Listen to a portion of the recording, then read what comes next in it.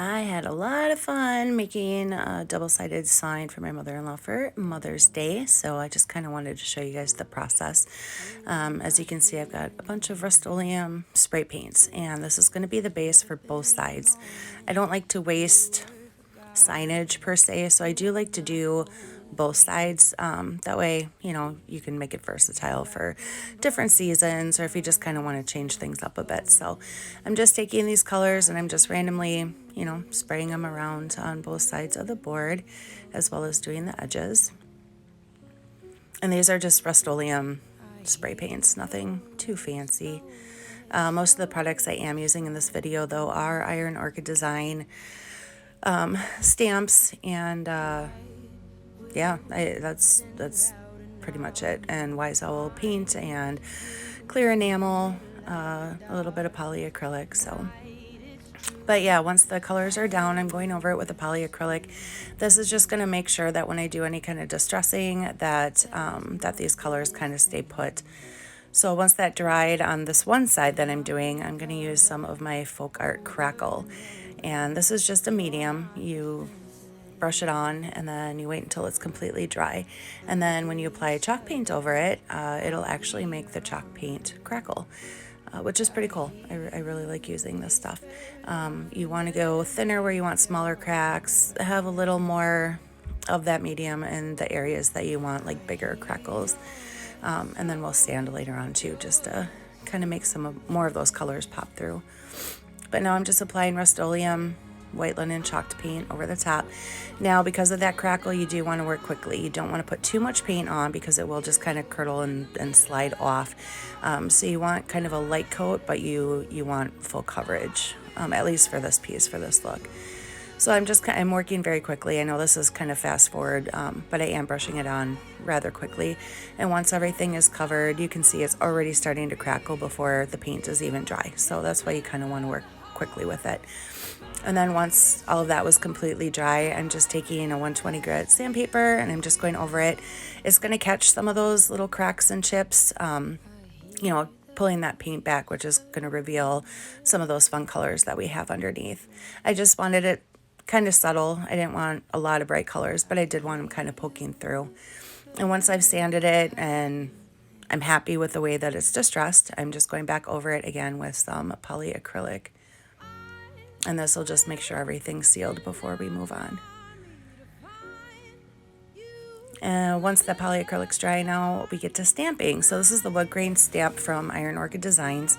All these stamps I'm using, as well as the transfer, are Iron Orchid Design. My friend Jessica sells these products. You can go to Abracadabra Refurbished and order online. If you're local, she has a shop right over on Caledonia Street as well.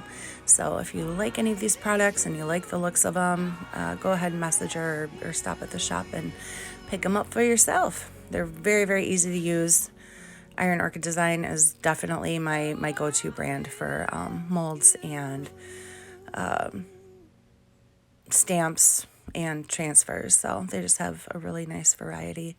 But I like that they're silicone, they're easy to clean, and they're clear, so you can really see where you're setting everything down. So as you can see, there's this extra plastic, what do you want to call it, sheet. So this is very helpful when you're stamping, to lay the stamps down. Sometimes I use them, sometimes I don't. Now we moved on to the other side. Again, I'm just laying down some polyacrylic, sealing that up, and now we're going to do a different look on this side. So I'm taking my Wise Owl chalk synthesis paint in Perusian blue, and we're just going to give it a really nice one over. Now the brush, this color is actually the blue that you see. The reason why there's some white mixed in here is because I kind of wanted to blend it. So I'm just using the paintbrush that I used with the white chalk paint on the other side, and I'm just dipping it in the blue. So this is actually going to kind of blend the two colors together. So this is not the true Perusian blue that you're seeing here. And once that dried, I took my orbital sander and I'm just kind of going over the board, just distressing it a little bit, making all those colors kind of pop through again.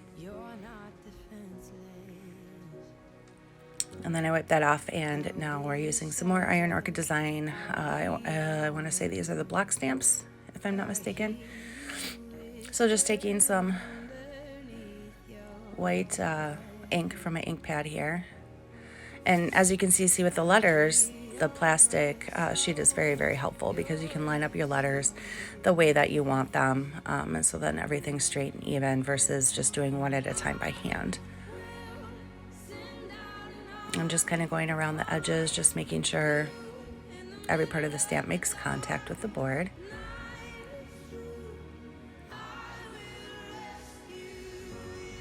Another Iron Orchid Design stamp set. Fun little farm animals. My mother-in-law has chickens, so that was the inspiration for this sign for her.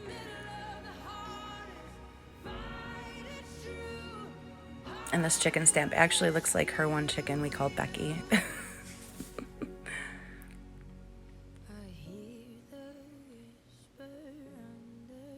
These are so addicting to use, you guys.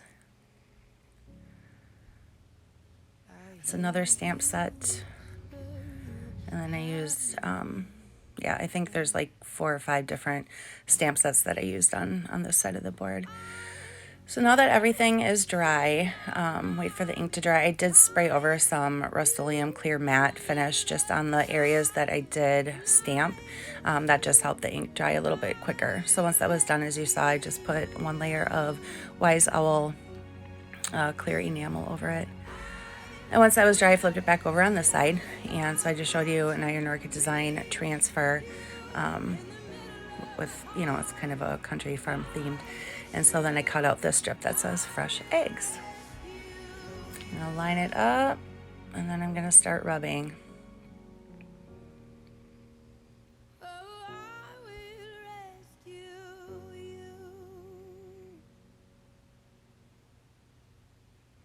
And I could have stamped this out too, but I did have this transfer, and I thought, why not? And now I'm going to burnish it. Burnish is just a fancy word of saying rubbing, like just making sure that every part of that transfer is down. There's no air bubbles or cracks, that kind of thing. If there are air bubbles underneath your transfer, with time it possibly could bubble up and come off. So that's why you want to burnish it and just make sure it's fully adhered. And that's about it. So here's side 1. Turned out pretty cute, I think. And side 2. So then this way she has an option, whichever way she wants to hang it.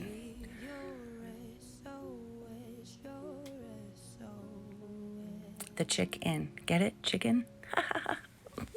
Oh, yeah. But anyway, thanks for watching, you guys. I hope you enjoyed the video. If you have any questions, just message me. Have a good day. It's true.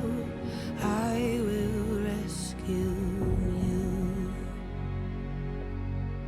There is no distance that cannot be covered over and over. You're not